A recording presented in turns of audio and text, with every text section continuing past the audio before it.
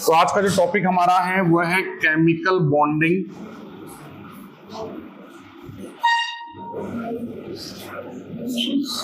And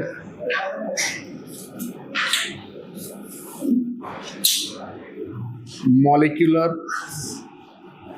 structure. Chemical bonding and molecular structure, ये 11th class का 4th chapter, chemical bonding and molecular structure. Most important chapter में से एक। इस chapter में से ये ऐसा चैप्टर है जिसमें आप कभी ये नहीं कह सकते कि इसमें से क्वेश्चन नहीं आया, है ना। मतलब नीट और जेईई के अंदर कभी ऐसा नहीं होता कि सारे चैप्टर में से क्वेश्चन आएंगे, कुछ ना कुछ चैप्टर रह जाते हैं। लेकिन ये एक ऐसा चैप्टर है जिसमें से 101% क्वेश्चन आना ही आना है, क्योंकि ये जो चैप्टर है ये बहुत सारे चैप्टर्स को टच करता है। केमिकल बॉन्डिंग एक तो चैप्टर ही हो ही गया, S block elements, P block elements, D block elements, F block elements, coordination compounds, है ना। ऐसे बहुत सारे चैप्टर हैं which belongs to chemical bonding, और साथ ही साथ हमारी ऑर्गेनिक केमिस्ट्री, है ना। तो chemical bonding and molecular structure, इसके जो कॉन्सेप्ट्स हैं वो ब्लॉक एलिमेंट्स को समझने के लिए बहुत जरूरी है। इनऑर्गेनिक केमिस्ट्री का सबसे इंपॉर्टेंट चैप्टर है। केमिकल बॉन्डिंग होती क्या है, सबसे पहली बात करें तो उसका नाम क्या है, केमिकल बॉन्डिंग। मतलब केमिकल्स के बीच में बॉन्डिंग। बॉन्डिंग का मतलब क्या होता है, what is bonding? Attraction. Bonding is attraction. तो अगर हम बोले कि केमिकल बॉन्डिंग है क्या, तो केमिकल बॉन्ड को हम सिंपली डिफाइन कर सकते हैं कि इट इज अट्रैक्टिव फोर्स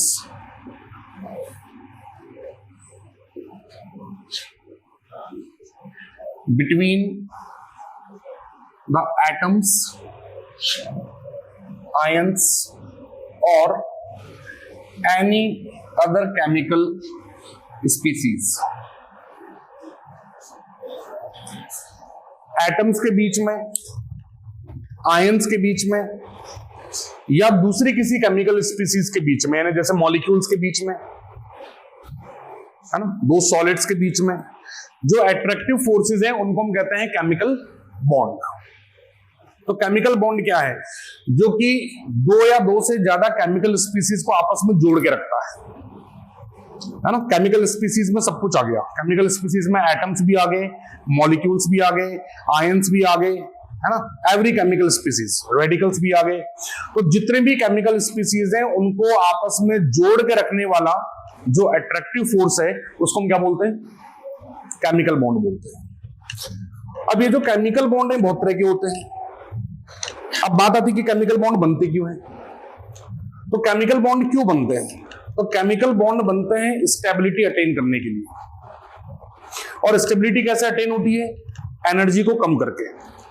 तो हमेशा एक बात ध्यान रखना कि एटम्स की जो एनर्जी है वो हमेशा मॉलिक्यूल से ज्यादा होती है। The energy of atoms is always more than energy of molecules. तो एटम जो है वो स्टेबल कैसे होंगे, एनर्जी को कम करके। और एनर्जी को कम करने के लिए उन्हें क्या करना पड़ेगा, एनर्जी रिलीज करनी पड़ेगी स्टेबल होने के लिए। तो एटम जब आपस में कंबाइन होकर के केमिकल बॉन्ड बनाते हैं तो बॉन्ड बना करके वो क्या करते हैं, अपनी एनर्जी को कम करते हैं, कुछ एनर्जी को रिलीज करते हैं, कुछ एनर्जी को रिलीज करते हैं। कितनी एनर्जी वो रिलीज कर रहे हैं किसी बॉन्ड को बनाने में, that is called bond energy. क्या बोलते हैं बेटा उसको, बॉन्ड एनर्जी।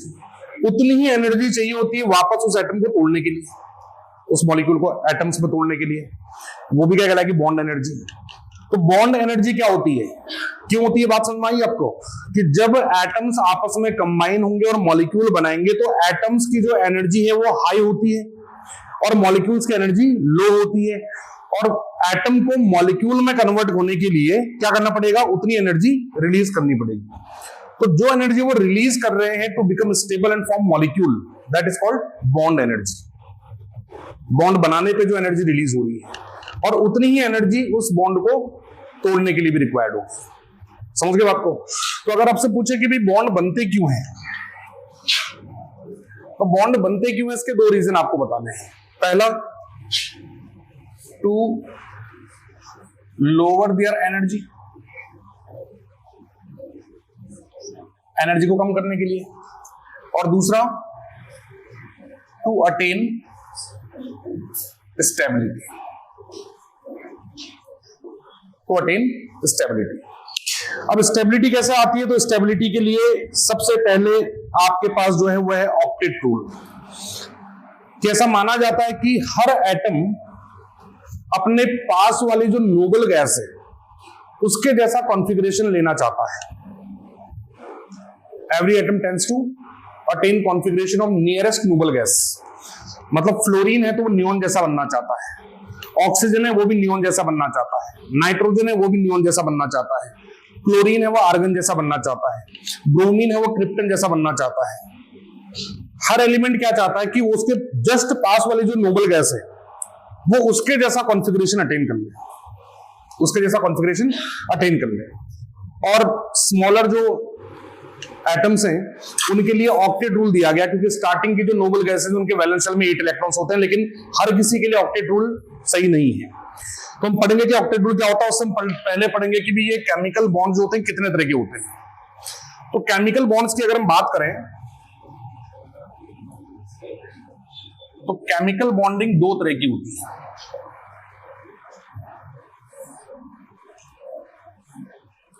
एक बॉन्ड होते हैं स्ट्रॉन्ग बॉन्ड्स,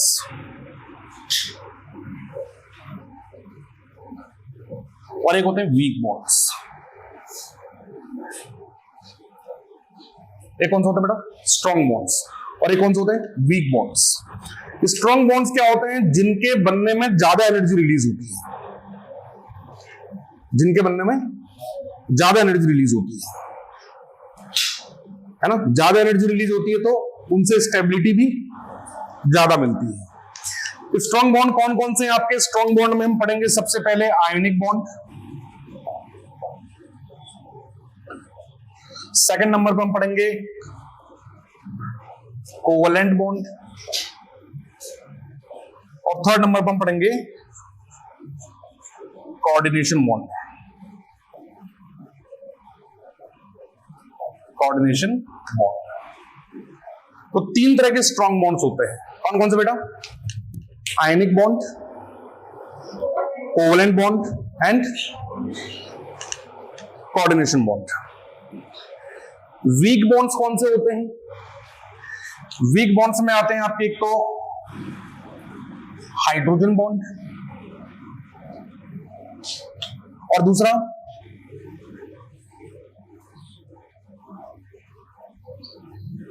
वान डर वाल्स फोर्सेस। वान डर वाल्स फोर्सेस कौन कौन से होते हैं ये हम लोग पढ़ चुके हैं स्टेट्स ऑफ मैटर के अंदर, है ना। वान डर वाल्स फोर्सेस कौन कौन से होते हैं? जैसे डाइपोल अट्रैक्शन, जैसे डाइपोल इंड्यूस्ड डाइपोल अट्रैक्शन, और लंदन फोर्सेस, है ना। तो ये आपके आते हैं वीक बॉन्ड्स में, और ये भी वीक बॉन्ड्स का ऑर्डर है। हाइड्रोजन बॉन्ड सबसे स्ट्रॉन्ग होते हैं, फिर डाइपोल अट्रैक्शन होते हैं, फिर डाइपोल इंड्यूस्ड डाइपोल होते हैं, फिर लंदन फोर्सेस होते हैं। और ये भी आपका अट्रैक्शन का ऑर्डर है। सबसे स्ट्रॉन्ग आयनिक बॉन्ड होते हैं, फिर कोवलेंट बॉन्ड होते हैं, फिर कोऑर्डिनेशन बॉन्ड होते हैं, है ना। आयनिक को हिंदी में आयनिक ही कहते हैं, कोवलेंट का मतलब सहसंयोजक बंध, कोऑर्डिनेशन का मतलब उप सहसंयोजक बंध, है ना। इसको डेटिव बॉन्ड भी कहते हैं, अलग से हम इसके बारे में पढ़ेंगे। वीक बॉन्ड्स में कौन आते हैं? हाइड्रोजन बॉन्ड, वान डर वाल्स फोर्सेस में कौन कौन आते हैं? डाइपोल इंड्यूस्ड डाइपोल और लंदन फोर्सेस, जिनको हम डिस्पर्जन फोर्सेस भी कहते हैं। तो ये सारे के सारे क्या हैं? केमिकल बॉन्ड्स हैं। इस चैप्टर में हमें इन सारे स्ट्रॉन्ग बॉन्ड्स के बारे में पढ़ना है ना। तो पहले हम पढ़ेंगे कि बॉन्ड्स कौन कौन से होते हैं, कैसे बनते हैं, उनके बनने के लिए क्या क्या कंडीशंस होती हैं। सेकंड नंबर पे फिर हम पढ़ेंगे मॉलिक्यूल्स के स्ट्रक्चर के बारे में, कि एटम्स जब आपस में मिलकर मॉलिक्यूल बनाते हैं तो मॉलिक्यूल्स की स्ट्रक्चर क्या होती है, उन मॉलिक्यूल्स की स्ट्रक्चर क्या होती है। स्ट्रक्चर के लिए अलग अलग थ्योरीज आएंगी, है ना। हम VSEPR थ्योरी पढ़ेंगे, हम VBD पढ़ेंगे, MOT पढ़ेंगे और हाइब्रिडाइजेशन पढ़ेंगे। क्या पढ़ेंगे? हाइब्रिडेशन यानी कि संकरण। तो सारे इंपॉर्टेंट कॉन्सेप्ट इसी चैप्टर में है। ये आपको समझ में आ गया कंप्लीट। चलिए, इसके बाद आपके पास आते हैं, सबसे पहले जो हम पढ़ेंगे वो हम पढ़ेंगे ऑक्टेट रूल। क्या पढ़ेंगे बेटा? Octet rule. ऑक्टेट रूल क्या कहता है बेटा? ऑक्टेट रूल जो है ये हमें क्या बताता है? ऑक्टेट रूल हमें कहता है कि कोई भी मॉलिक्यूल जो है वो जब बनता है तो उसमें एटम्स जो होते हैं वो अपने वैलेंस शेल में 8 इलेक्ट्रॉन्स कंप्लीट करते हैं। कितने? 8 इलेक्ट्रॉन्स। और स्टेबिलिटी जो गेन करते हैं उसके लिए ऑक्टेट कंप्लीट करना जरूरी होता है। यानी हर एलिमेंट क्या चाहता है ऑक्टेट रूल के according? Every element tends to complete 8 electrons in its valence shell। हर एटम क्या चाहता है कि उसके वैलेंस शेल में कितने इलेक्ट्रॉन्स हों? 8 इलेक्ट्रॉन्स। और वो स्टेबिलिटी गेन कर रहा है ना। लेकिन कुछ जगह पे ऐसा नहीं हो पाता है, कुछ जगह पे ऐसा नहीं हो पाता है, कुछ जगह ऐसी हैं जहां पर कि ऑक्टेट रूल फॉलो नहीं होता है। तो लिमिटेशंस क्या क्या है ऑक्टेट रूल के, वो देखें हम लोग। तो लिमिटेशंस ऑफ ऑक्टेट रूल क्या क्या है देखो। सबसे पहला लिमिटेशन हमारे पास क्या है? डुप्लेट, है ना। हिंदी में भी डुप्लेट ही कहते हैं इसको। डुप्लेट क्या है बेटा? कि कुछ एटम्स ऐसे हैं जिनके वैलेंस शेल में 8 की जगह केवल 2 ही इलेक्ट्रॉन होते हैं और फिर भी वो स्टेबल होते हैं। जैसे हाइड्रोजन, है ना। डुप्लेट क्या है? कुछ एटम्स ऐसे हैं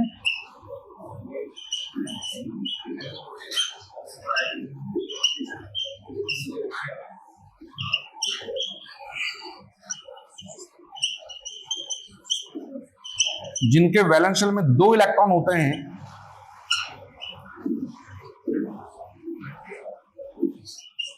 फिर भी वो क्या होता है बेटा? स्टेबल होते हैं। जैसे एग्जांपल के लिए हाइड्रोजन। हाइड्रोजन का एटॉमिक नंबर कितना होता है? 1। एक की शेयरिंग करेगा, एक और आ जाएगा। 1 और 1 कितना हो गया? 2, है ना। जैसे एग्जांपल के लिए लिथियम, है ना। लिथियम जो है ये भी 1 इलेक्ट्रॉन लूज करके अपने वैलेंस शेल में केवल 2 इलेक्ट्रॉन रखता है। तो हाइड्रोजन और लिथियम ऐसे एटम है जिनके वैलेंस शेल में 8 इलेक्ट्रॉन नहीं होते, फिर भी वो क्या होता है? स्टेबल होते हैं। इसको हम बोलते हैं डुप्लेट। ठीक है। सेकंड हमारे पास आता है electron deficient molecules. Electron deficient molecules Hindi में क्या बोलता है बेटा? देखो, इलेक्ट्रॉन न्यून यौगिक। इलेक्ट्रॉन न्यून डेफिशिएंट, जिनके वैलेंस शेल में 8 से कम इलेक्ट्रॉन होते हैं, फिर भी वो क्या होते हैं? स्टेबल होते हैं। इलेक्ट्रॉन डेफिशिएंट, जिनके वैलेंस शेल में 2 नहीं होने चाहिए, 2 होंगे तो क्या कहलाएगा? डुप्लेट। 2 से ज्यादा लेकिन 8 से कम। तो ऐसे एलिमेंट जिनके वैलेंस शेल में 8 से कम इलेक्ट्रॉन होते हैं, फिर भी वो स्टेबल होते हैं, they are called electron deficient molecules. Molecules in which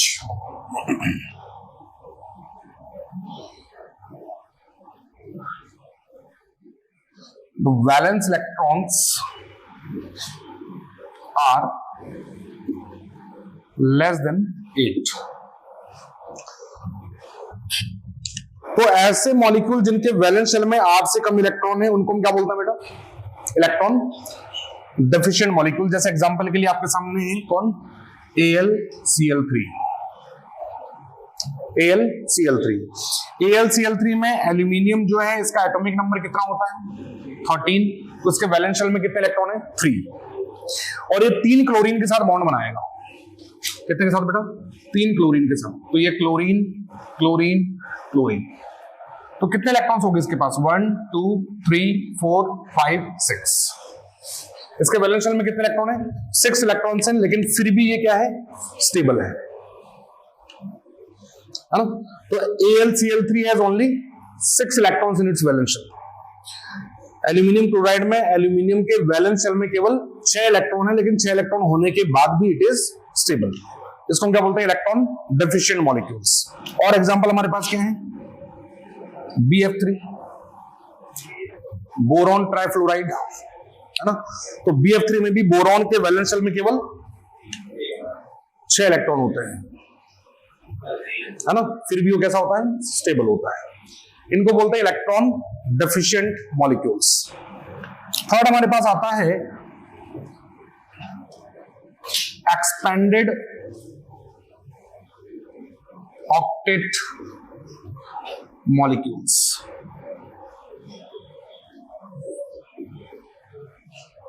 expanded octet मतलब जिनके वैलेंस शेल में 8 से ज्यादा इलेक्ट्रॉन है, 8 से ज्यादा मॉलिक्यूल्स है, इलेक्ट्रॉन्स हैं, फिर भी वो क्या है, स्टेबल है। उनको हम क्या बोलते हैं, एक्सपेंडेड ऑक्टेट, है ना, विस्तृत अष्टक। 8 से ज्यादा इलेक्ट्रॉन या प्रसारित अष्टक, है ना, जिसमें 8 से ज्यादा इलेक्ट्रॉन है फिर भी वो क्या बेटा, स्टेबल है। उसको हम क्या बोलते हैं, एक्सपेंडेड ऑक्टेट। जैसे डेफिनेशन क्या है इसकी, molecules in which the central atom has more than 8 electrons in their valence shell। और जिनके वैलेंस शेल में 8 से ज्यादा इलेक्ट्रॉन है फिर भी वो क्या है, स्टेबल है। जैसे एग्जांपल के लिए PCl5। PCl5 में फास्फोरस के वैलेंस शेल में कितने इलेक्ट्रॉन होते हैं, नॉर्मल फास्फोरस का एटॉमिक नंबर कितना होता है, एटॉमिक नंबर 15। तो फास्फोरस का एटॉमिक नंबर 15 है, तो उसके वैलेंस शेल में कितने इलेक्ट्रॉन्स होंगे 5। लेकिन 5 इलेक्ट्रॉन होने के बाद, और एक किसके साथ, 5 क्लोरीन के साथ ही क्या कर रहा है, बॉन्डिंग बना रहा है। वैसे तो इसके वैलेंस शेल में 5 इलेक्ट्रॉन्स है, तो इट नीड्स ओनली 3 इलेक्ट्रॉन्स। लेकिन PCl5 में 5 क्लोरीन के साथ जब ये बॉन्ड बनाता है तो 5 फास्फोरस के पास है, 5 क्लोरीन के साथ बॉन्डिंग बना के ला रहा है। टोटल कितने इलेक्ट्रॉन्स हो गए 10, फिर भी क्या है, स्टेबल है। SF6 sulphur hexafluoride. सल्फर के वैलेंस शेल में कितने इलेक्ट्रॉन्स होते हैं 6, और 6 के साथ ये बॉन्डिंग बना रहा है, कितने हो गए 12, 8 से ज्यादा, लेकिन फिर भी क्या होता है, स्टेबल होता है। तो ऐसे मॉलिक्यूल जिनके वैलेंस शेल में 8 से ज्यादा इलेक्ट्रॉन है फिर भी वो स्टेबल है, they are called molecules with expanded octet. क्या बोलते हैं उनको, मॉलिक्यूल्स विद एक्सपेंडेड ऑक्टेट। समझ गए बात को, चलो कॉपी करो उसको फटाफट।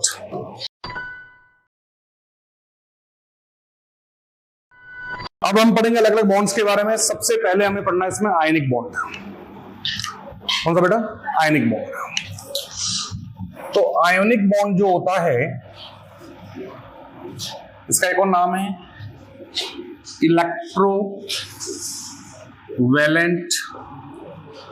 बॉन्ड, है ना। हिंदी में आयनिक बंध या वैद्युत संयोजी बंध।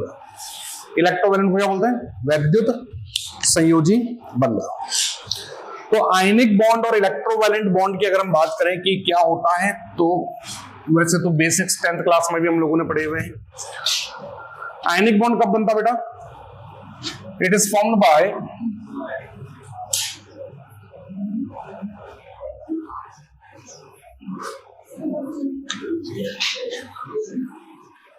The complete transfer of electrons, formed by the complete transfer of electrons between a metal and a non-metal. एक मेटल और एक नॉन मेटल के बीच में जब इलेक्ट्रॉन्स का कंप्लीट ट्रांसफर होता है, इलेक्ट्रॉन्स के कंप्लीट ट्रांसफर का मतलब क्या हुआ कि एक एलिमेंट कंप्लीटली इलेक्ट्रॉन लूज करेगा, लूज कौन करेगा, मेटल के non metal, metal completely electron lose करेगा और नॉन मेटल कंप्लीटली उसको गेन करेगा।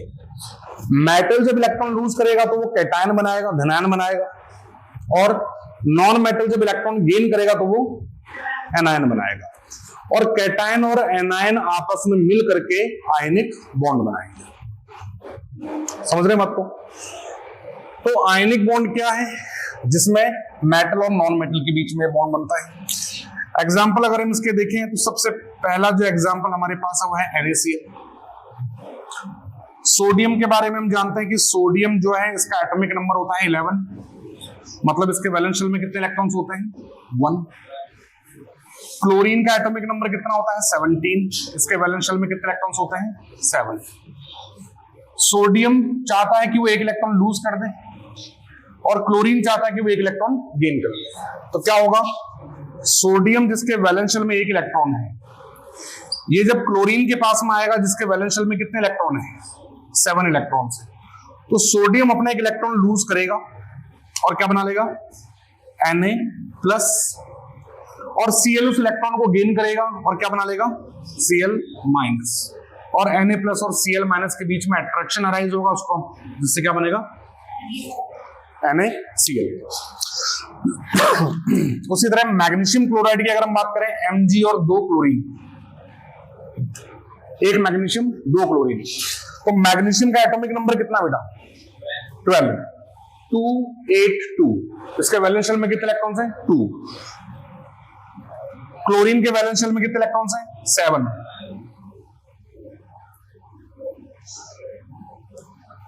तो मैग्नीशियम कितने इलेक्ट्रॉन लूज करना चाहता है? 2, लेकिन क्लोरीन कितना इलेक्ट्रॉन लेना चाहता है? 1। तो यहां पर जो दोनों क्लोरीन है, दोनों क्लोरीन एक एक इलेक्ट्रॉन गेन करेंगे। तो मैग्नीशियम ने कितने इलेक्ट्रॉन लूज किए? तो इस पर आएगा +2 चार्ज, और हर क्लोरीन ने एक एक इलेक्ट्रॉन गेन किया तो 2Cl-। तो एक मैग्नीशियम 2 Cl के साथ मिलकर क्या बना लेगा? MgCl, है ना? समझ रहे बात को? कैल्शियम और फ्लोरीन के बीच में, कैल्शियम और फ्लोरीन के बीच में, या कैल्शियम और ऑक्सीजन ले लेते हैं, कैल्शियम और ऑक्सीजन के बीच में कैल्शियम ऑक्साइड। तो कैल्शियम ऑक्साइड का फॉर्मूला क्या होता है? CaO। कैल्शियम का एटॉमिक नंबर कितना है? 20। इसके वैलेंस शेल में कितने इलेक्ट्रॉन्स होते हैं? 2। ऑक्सीजन के वैलेंस शेल में कितने इलेक्ट्रॉन्स होते हैं? 6। तो ऑक्सीजन 2 इलेक्ट्रॉन लेना चाहता है, कैल्शियम 2 इलेक्ट्रॉन देना चाहता है। कैल्शियम 2 इलेक्ट्रॉन लूज करेगा, क्या बना लेगा? Ca+2, और ऑक्सीजन जो है 2 इलेक्ट्रॉन गेन करेगा, क्या बना लेगा? O-2। Ca+2 O-2 दोनों मिलकर क्या बना लेंगे? Ca। ठीक है, इस तरह से कौन सा बॉन्ड बनता है बेटा? इलेक्ट्रोवैलेंट बॉन्ड, यानी कि आयनिक बॉन्ड, वैद्युत संयोजी बंध। ठीक है, अब ये जो आयनिक बॉन्ड बन रहे हैं, इनकी प्रॉपर्टीज क्या क्या है? तो इनकी प्रॉपर्टीज की अगर हम बात करें, प्रॉपर्टीज ऑफ आयनिक कंपाउंड्स,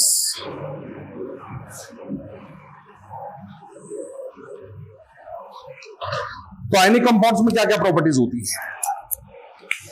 देखिए, सबसे पहली प्रॉपर्टी आयनिक कंपाउंड की, जो आयनिक कंपाउंड्स होते हैं दे आर एक्सट्रीमली स्ट्रॉन्ग, है ना? ये बहुत स्ट्रॉन्ग होते हैं। ये सारे के सारे सॉलिड होते हैं, और सॉलिड भी कौन से होते हैं? Crystalline solids. कैसा सॉलिड होता है बेटा? They are crystalline solids. Crystalline solid का मतलब क्या होता है? Crystalline means which has a definite geometry, जिनकी ज्योमेट्री फिक्स होती है, डेफिनेट ज्योमेट्री होती है, फिक्स होता है कि कौन सा आयन किस जगह पे होगा। हमने सॉलिड स्टेट पढ़ रखा है, उसमें हम लोगों ने पढ़ा है कि कैटायन और एनायन की पोजीशन फिक्स होती है कि कैटायन कहां मिलेगा और एनायन कहां मिलेगा। तो जिनकी ज्योमेट्री फिक्स हो they are called crystalline solids. तो जितने भी आयनिक कंपाउंड्स हैं they all form crystalline solids. Second, they have very high melting point. इनके मेल्टिंग पॉइंट बहुत हाई होते हैं, इनके मेल्टिंग पॉइंट बहुत हाई होते हैं। क्यों? क्यों? क्योंकि इनके बीच में जो बॉन्ड बन रहा है कौन सा, इलेक्ट्रोस्टैटिक फोर्स ऑफ अट्रैक्शन, ये बहुत स्ट्रांग होता है, ये बहुत स्ट्रांग होता है। तो मेल्ट करने का मतलब क्या हुआ, उन बॉन्ड्स को तोड़ना। तो उन बॉन्ड्स को तोड़ने के लिए a large amount of energy is required, इसलिए इनके मेल्टिंग पॉइंट क्या है, बहुत हाई है। क्यों हाई है अगर हमसे पूछे तो हम क्या बोलेंगे, due to strong electrostatic forces. क्योंकि इनके बीच में जो फोर्स ऑफ अट्रैक्शन है, इलेक्ट्रोस्टैटिक फोर्स ऑफ अट्रैक्शन, वो बहुत स्ट्रॉन्ग है। आयनिक कंपाउंड जो होते हैं ये हाईली सॉल्युबल होते हैं वाटर के अंदर, they are highly soluble in water, कुछ को छोड़ के। कुछ आयनिक कंपाउंड्स ऐसे होते हैं जो आयनिक हैं फिर भी वाटर में सॉल्युबल नहीं होते। सब ionic compounds are insoluble in water. कैसे, कौन कौन से, एक्सेप्ट कैल्शियम कार्बोनेट, है ना, कैल्शियम कार्बोनेट देखा आप लोगों ने, calcium carbonate means chalk powder, marble, है ना, ये पानी में डिसॉल्व होता है क्या, नहीं होता है। जैसे कैल्शियम सल्फेट, जैसे बेरियम कार्बोनेट, जैसे बेरियम सल्फेट, जैसे स्ट्रोंशियम कार्बोनेट और स्ट्रोंशियम सल्फेट। तो कैल्शियम, बेरियम और स्ट्रोंशियम के कार्बोनेट और सल्फेट ये वाटर में डिसॉल्व नहीं होते हैं जबकि आयनिक है। क्यों नहीं होते हैं? क्योंकि वाटर में डिसॉल्व होने के लिए दो तरह की एंथैल्पीज की रिक्वायरमेंट होती है, इसको समझना अच्छे से। एक होती है हाइड्रेशन एंथैल्पी और एक होती है लैटिस एंथैल्पी। कौन कौन सी बेटा? एक क्या होती है हाइड्रेशन एंथैल्पी और एक क्या होती है लैटिस एंथैल्पी। हाइड्रेशन एंथैल्पी मतलब समझो कहानी की, भाई अपन ने NaCl को वाटर में डिसॉल्व किया तो NaCl वाटर में डिसॉल्व हो गया। NaCl देश का नमक, टाटा नमक। तो इसको अगर हम वाटर में डिसॉल्व करेंगे तो क्या होगा, हाईली डिसॉल्व होगा। तो ये क्यों होगा? क्योंकि जब भी हम किसी भी सॉल्ट को या किसी भी आयनिक कंपाउंड को वाटर में डिसॉल्व करते हैं तो वाटर के कांटेक्ट में आते ही वाटर मॉलिक्यूल से एक एनर्जी रिलीज करते हैं जिसको बोलते हैं हाइड्रेशन एनर्जी। क्या बोलते हैं बेटा? Hydration energy. और वही एनर्जी काम में आती है आयनिक कंपाउंड्स के बीच में जो बॉन्ड बने उनको तोड़ने के लिए, उसको बोलते हैं लैटिस एंथैल्पी, है ना। हाइड्रेशन एंथैल्पी किसको कहते हैं? कि जब कोई भी सॉलिड वाटर के कांटेक्ट में आएगा तो वाटर मॉलिक्यूल्स उसको सराउंड कर लेते हैं चारों तरफ से, उसको चारों तरफ से घेर लेते हैं और चारों तरफ से घेर करके उनके बीच के जो बॉन्ड्स हैं उनको तोड़ने की कोशिश करते हैं, है ना। तो जब उसको घेरते हैं और घेरने के बाद जो एनर्जी रिलीज करते हैं उसको क्या बोलते हैं हम लोग? Hydration enthalpy. और उनके बीच के बॉन्ड्स को तोड़ने के लिए जो एनर्जी चाहिए उसको क्या बोलते हैं? Lattice enthalpy. तो अगर हाइड्रेशन एंथैल्पी इतनी है कि वो बॉन्ड्स को तोड़ पाए, if hydration enthalpy is sufficient to break down the bonds, तो बॉन्ड्स टूटेंगे और वो वाटर में डिसॉल्व हो जाएगा। लेकिन अगर hydration enthalpy is not sufficient to break down the bonds, यानी कि लैटिस एंथैल्पी ज्यादा है, बॉन्ड तोड़ने के लिए एनर्जी ज्यादा चाहिए लेकिन वाटर में डिसॉल्व करने पर एनर्जी कम रिलीज हो रही है, तो उसको हम क्या बोलते हैं? तो वहां पर क्या होगा कि लैटिस एंथैल्पी ज्यादा होने की वजह से वो कंपाउंड वाटर में इनसॉल्युबल होगा। तो सॉल्युबिलिटी के केस में क्या चीज जरूरी है? अगर एंथैल्पी ऑफ हाइड्रेशन ज्यादा हो किससे? लैटिस एंथैल्पी से। समझ रहे हो? मतलब जैसे बॉन्ड तोड़ने के लिए 50 किलो जूल एनर्जी चाहिए। बॉन्ड तोड़ने के लिए कितनी एनर्जी चाहिए? 50 किलो जूल, और एनर्जी रिलीज हो रही है 70 किलो जूल। तो 70 किलो जूल में से 50 किलो जूल क्या काम आ जाएगी? बॉन्ड्स को ब्रेक डाउन करने की, तो बॉन्ड टूट जाएंगे। तो हाइड्रेशन एंथैल्पी अगर ज्यादा है तो कंपाउंड क्या होगा? वाटर में सॉल्युबल होगा। तो अगर आपसे पूछ ले कि why NaCl is highly soluble in water, NaCl water में हाईली सॉल्युबल क्यों है? तो उसका रीजन क्या दोगे? क्योंकि NaCl की हाइड्रेशन एंथैल्पी लैटिस एंथैल्पी से ज्यादा है। अच्छा, इसको सॉल्वेशन एंथैल्पी भी कहते हैं, हाइड्रेशन एंथैल्पी को। हाइड्रेशन कब यूज करते हैं? जब हम पानी में डिसॉल्व कर रहे हैं। अगर हम पानी में डिसॉल्व नहीं कर रहे हैं, पानी के अलावा किसी दूसरे पोलर सॉल्वेंट में डिसॉल्व कर रहे हैं, तो उसको हम सॉल्वेशन एंथैल्पी कह देते हैं। अगर पानी में डिसॉल्व कर रहे हैं तो जल योजन ऊर्जा हिंदी में हाइड्रेशन एंथैल्पी। और अगर पानी के अलावा कोई दूसरा सॉल्वेंट हमने लिया है तो उसको क्या बोलते हैं? सॉल्वेशन एंथैल्पी, विलायकन ऊर्जा, है ना। तो हाइड्रेशन एंथैल्पी जो है वो विलायकन ऊर्जा यानी सॉल्वेशन एंथैल्पी का ही फॉर्म है। समझ रहे हैं बात को? तो हाइड्रेशन एंथैल्पी ज्यादा है और लैटिस एंथैल्पी कम है, तो इसका मतलब क्या होगा? The compound will be soluble, है ना। और अगर हाइड्रेशन एंथैल्पी, अगर एंथैल्पी ऑफ हाइड्रेशन जो है ये कम है और एंथैल्पी ऑफ लैटिस ये ज्यादा है, तो कंपाउंड क्या होगा? वाटर में इनसॉल्युबल, है ना। आपको तो पता ही ना कि वाटर में अगर NaCl को डिसॉल्व करते हैं तो NaCl किस फॉर्म में कन्वर्ट हो जाता है? Na प्लस और Cl माइनस। सॉलिड फॉर्म में NaCl किस फॉर्म में रहता है? NaCl। लेकिन वाटर में डिसॉल्व करने पे किस में टूट जाता है? Na प्लस और Cl माइनस में। तो उसको तोड़ेगा कौन? वाटर। कौन तोड़ेगा? वाटर। तो वाटर जो है वो जो एनर्जी रिलीज कर रहा है उसको हम क्या बोलेंगे? हाइड्रेशन एंथैल्पी, जलयोजन ऊर्जा। और उस बॉन्ड को तोड़ने के लिए जो एनर्जी चाहिए उसको हम क्या बोलते हैं? लैटिस एंथैल्पी यानी कि विलायकन ऊर्जा। तो अगर हाइड्रेशन एंथैल्पी ज्यादा है तब तो वो डिसॉल्व होगा, और अगर ज्यादा नहीं है तो डिसॉल्व नहीं होगा, है ना। जैसे अगर डिसॉल्व करने के लिए, बॉन्ड तोड़ने के लिए जो एनर्जी चाहिए वो चाहिए 50 किलो जूल, और एनर्जी रिलीज हो रही है कितनी? 30 किलो जूल। तो क्या वो घुलेगा क्या? कितनी एनर्जी चाहिए? 50, मिल कितनी रही है? 30। तो एनर्जी सफिशिएंट है ही नहीं उस बॉन्ड को तोड़ने के लिए। तो जब बॉन्ड ही नहीं टूटेंगे तो डिसॉल्व ही नहीं होगा। समझ गए बात को, है ना। तो अगर आपसे पूछे कि कैल्शियम, बेरियम और स्ट्रोंशियम इनके कार्बोनेट्स एंड सल्फेट्स ये वाटर में डिसॉल्व क्यों नहीं होते, तो क्या रीजन दोगे? Because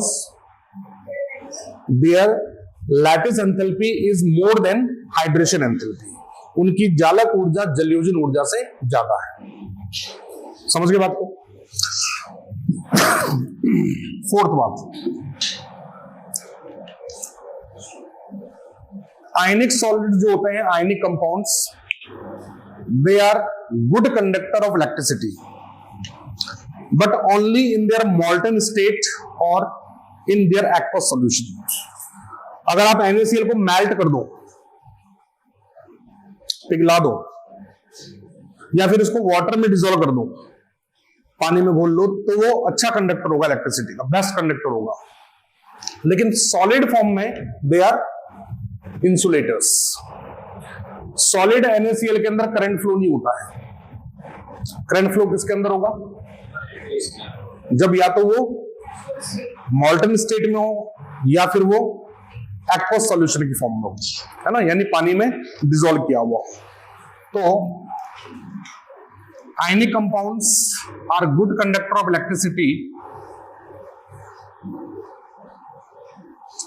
good conductor of electricity in their molten state or in their aqueous solution, but insulators in solid state. अच्छा, सॉलिड स्टेट में इलेक्ट्रिसिटी क्यों नहीं पास करता? Why ionic compounds are insulators in solid state? जब ये solid है तो इनमें करंट फ्लो क्यों नहीं होता है? क्योंकि इनमें क्या होता है? फ्री आयंस नहीं है।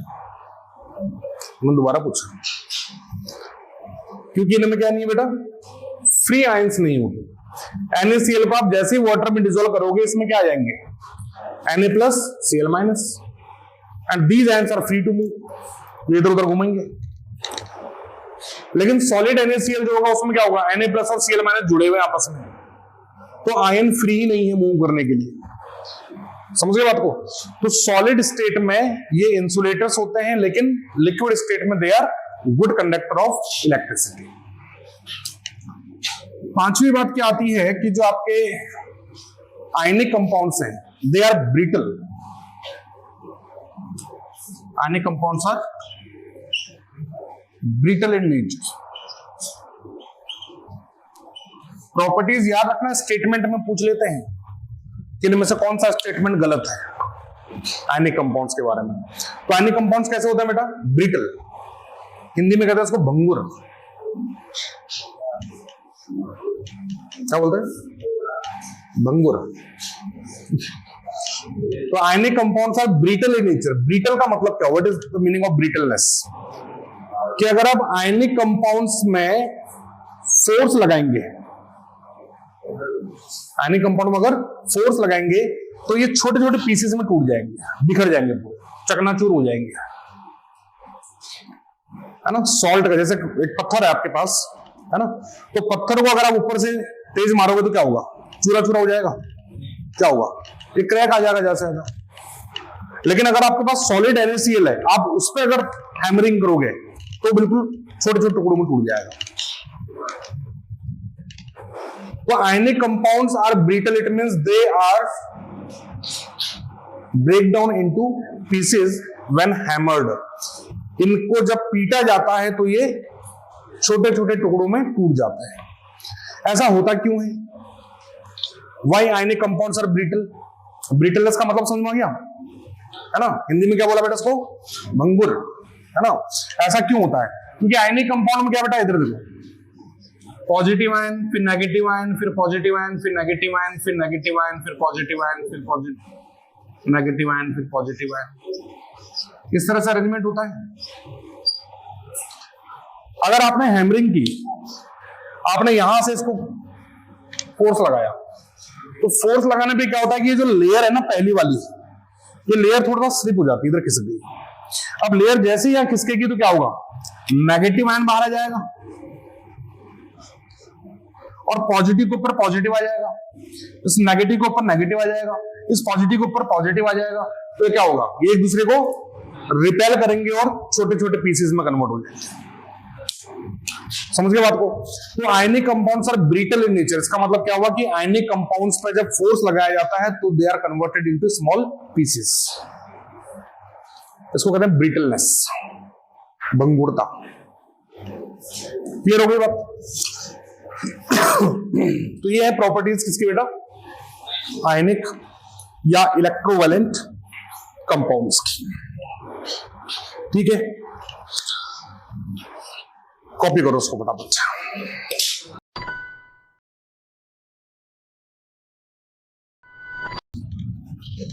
ठीक है बेटा। अब एक छोटा सा टॉपिक है कि भी आयनिक कंपाउंड्स बनने के लिए कंडीशंस क्या क्या होती है। कंडीशंस क्या क्या होती है, यानी एक बढ़िया आयनिक बॉन्ड कब बनेगा?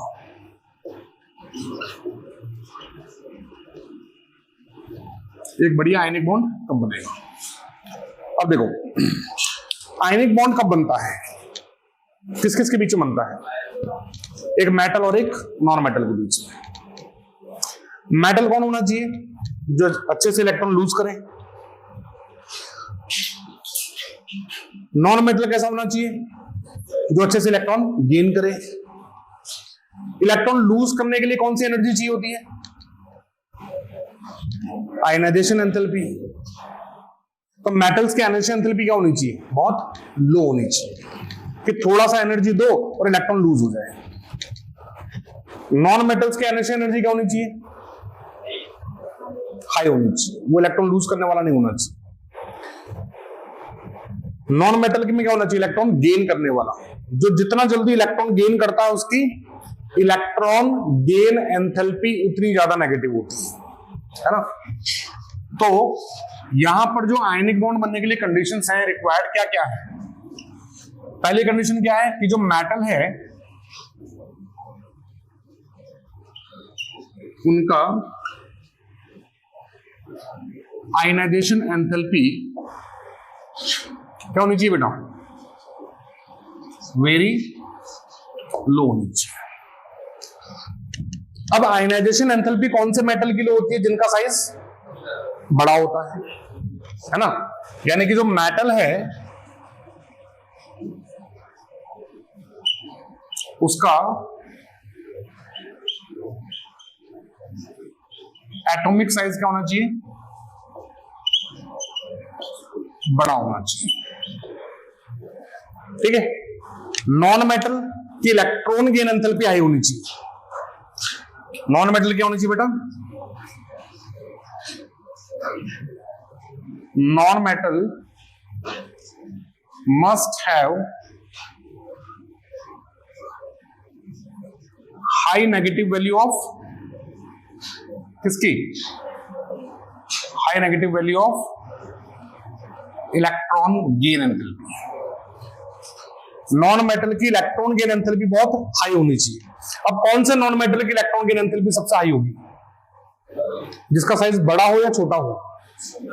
छोटा हो, है ना। यानी कि नॉन मेटल का साइज क्या होना चाहिए?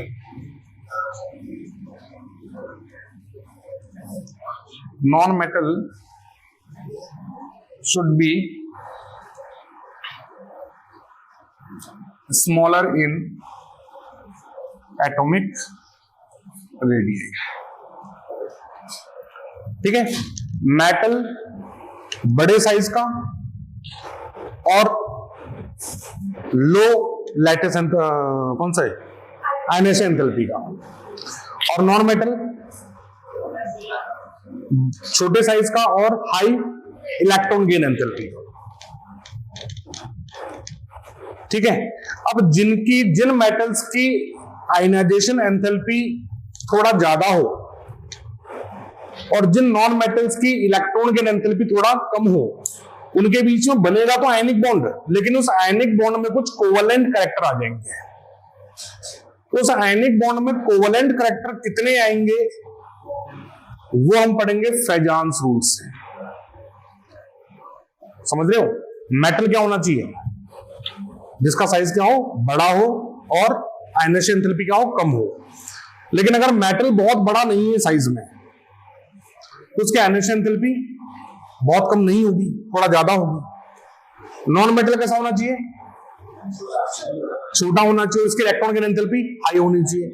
लेकिन अगर हमारे पास नॉन मेटल ऐसा है जिसकी इलेक्ट्रॉन गेन एंथैल्पी थोड़ा कम है और साइज थोड़ा बड़ा है, तो उस कंडीशन में आयनिक बॉन्ड प्योर आयनिक नहीं होगा। उसमें कुछ ना कुछ कौन से कैरेक्टर आ जाएंगे बेटा? कोवलेंट कैरेक्टर आ जाएंगे। तो कौन कौन से में क्या क्या कोवलेंट कैरेक्टर आते हैं वो किन किन फैक्टर्स पे डिपेंड करता है, ये हमें बताता है फैजान्स रूल।